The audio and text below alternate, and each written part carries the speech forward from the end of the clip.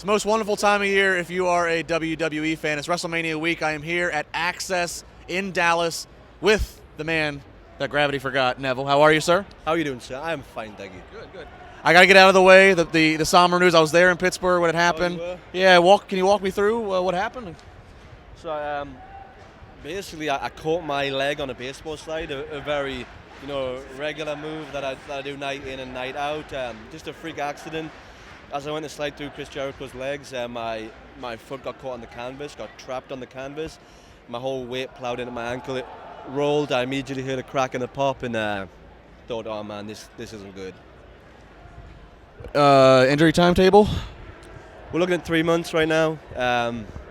Obviously, that depends on rehab. It depends on how the injury comes along. But the projected recovery is 3 months. But I'm gonna try my best to beat that. But right now I'm just dealing with the fact that it's happened. The fact that I'm gonna be on the shelf for a little while. But yeah, it's gonna be a challenge. But it's a challenge that I look forward to, and I'm gonna try and beat that 3 month mark. Now, you had a lot of great buzz and great experience prior to coming to WWE. You got here, NXT, WWE, you really took off, and you got a great following behind you. Thank you. How has your WWE experience been compared to expectations or any thought you had prior to getting here? It's unlike anything I imagined. It's a crazy whirlwind of activity, but it's the best thing that I've ever done. Obviously, it's the best thing I've ever done. I love it. They keep us very busy. We work 52 weeks a year. We're always on the go, always moving, always working. But that's how I'd want it. This business is my passion. It always has been. I want to be immersed in it as much as I can. So that's what I'm doing. That's what we do here in WWE. But that's all part of the parcel. And it's not what I expected, but it's still very cool. Let's talk about your entrance. I think one of the greatest things about your presentation, obviously phenomenal in ring, but I love the fact that the entrance. I love the entire gimmick of coming to walk me through when that idea was pitched to you in the first rehearsal you had of it. You remember that? Yeah. Well, obviously I want theatrics because that's one side of WWE that's very cool. Look at Finn Balor's entrance. He was certainly an inspiration to me.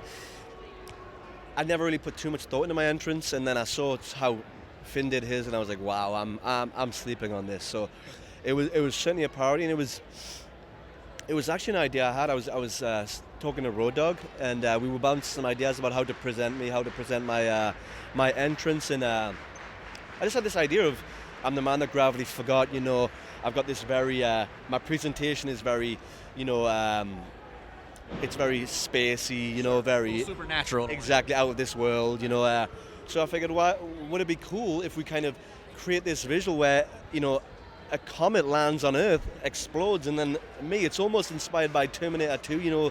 When is it the T-2000 or the T? I forget which one. I know what you're referring to. But when Arnie at the start, when he's crouching that ball, he just appears. I think he time travels. Yeah. But that was certainly an inspiration. But I thought maybe a meteor could hit. I've arrived from outer space, and here I am. So that's kind of how it came about. Now, I know you've been a fan your entire life. It's been part of it's part of you. A lot of great stuff here at Access. I mean, some of the old props they have. What's the favorite childhood memory that you have watching WWE growing up?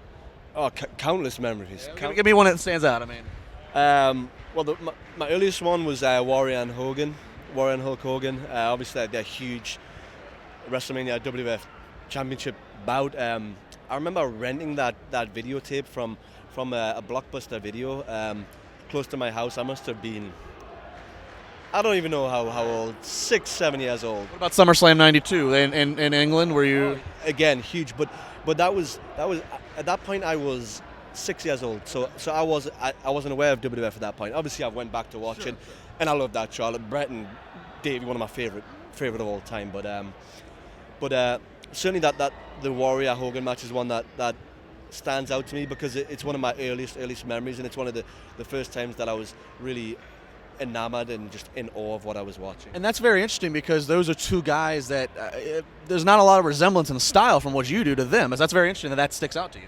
But that was very much my first taste of pro wrestling. That was my eye into the world, and it was like No, just the fact of what they were doing. You know, these big muscular guys who look like superheroes taking matters into their own hands in these jam-packed 100,000-seat arenas where the atmosphere is electric. I mean, as soon as I saw it, I was like, wow, this is it for me.